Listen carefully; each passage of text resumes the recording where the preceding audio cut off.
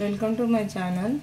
ఈరోజు నేను ఉప్పుడు పిండి పోస్తున్నానండి. బియ్యం పిండితో ముందుగా ఆయిల్ వేసుకొని జీలకర్ర, ఆవాలు,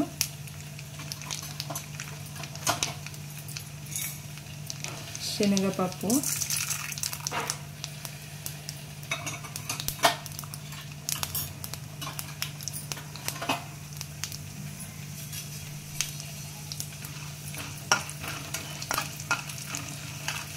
శనగపప్పు కొంచెం ఫ్రై అవ్వాలి. పల్లీలు,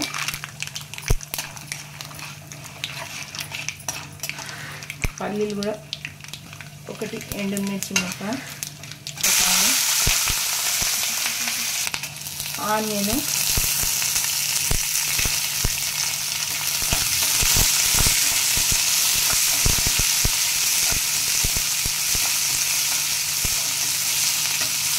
ఆనియన్ ఫ్రై అవ్వాలి. దానికి కొంచెం సాల్ట్ వేసాను.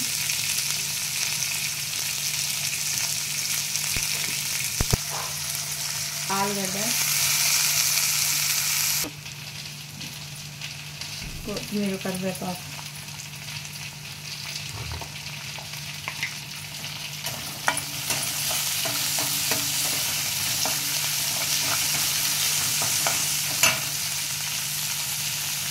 అల్లం వెల్లుల్లి పేస్ట్, ఇటు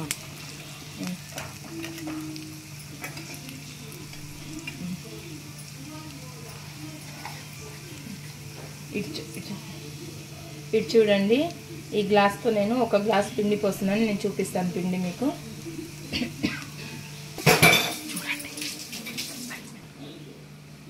ఒక గ్లాసు బియ్య పిండి అండి. దీనికి మనము ఇప్పుడు చూడండి, ఒక గ్లాసు బియ్య పిండి పోసాను కదా, దానికి నేను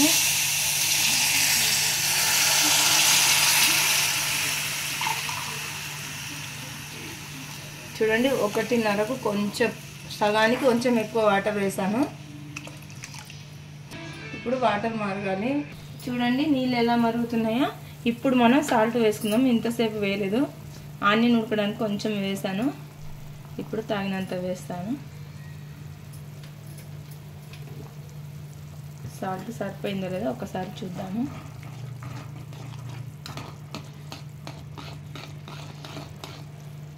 ఒకటిన్నర వాటర్కు గ్లాసు నిండా పిండి అండి, గుర్తుపెట్టుకోండి. ఉప్పు సరిపోయిందండి. ఇప్పుడు నేను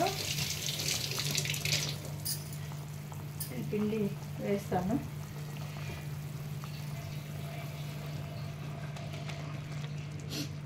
చూడండి వేసాను. అది కొంచెం హైలో పెట్టి ఒక 2 మినిట్స్ ఉడకనివ్వండి.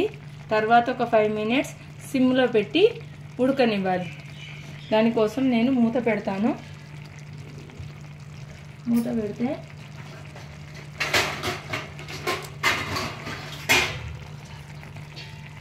చూడండి, మూత పెట్టి చూడండి, అది మంచిగా ఉడకాలి. పిండి ఎంత మంచిగా ఉడికితే మనకు అంత టేస్ట్ వస్తుంది ఉప్పుడు పిండి. చూడండి, మెల్లగా తీయండి, లేకపోతే అంతా కింద పడిపోతుంది.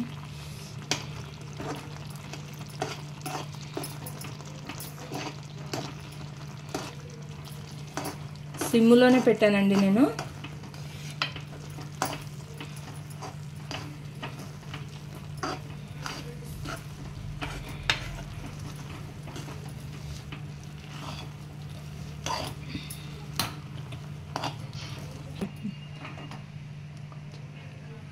చూడండి మొత్తం కలిపాను. చూడండి ఎంత బాగుందో.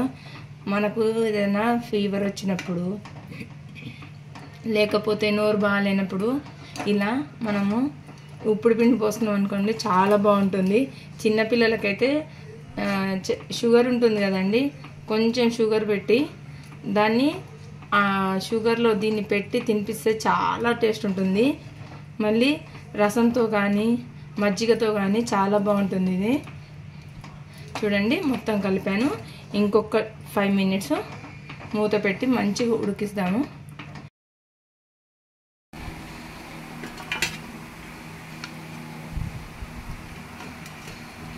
చూడండి ఇలా పొడి పొడి అవ్వాలి.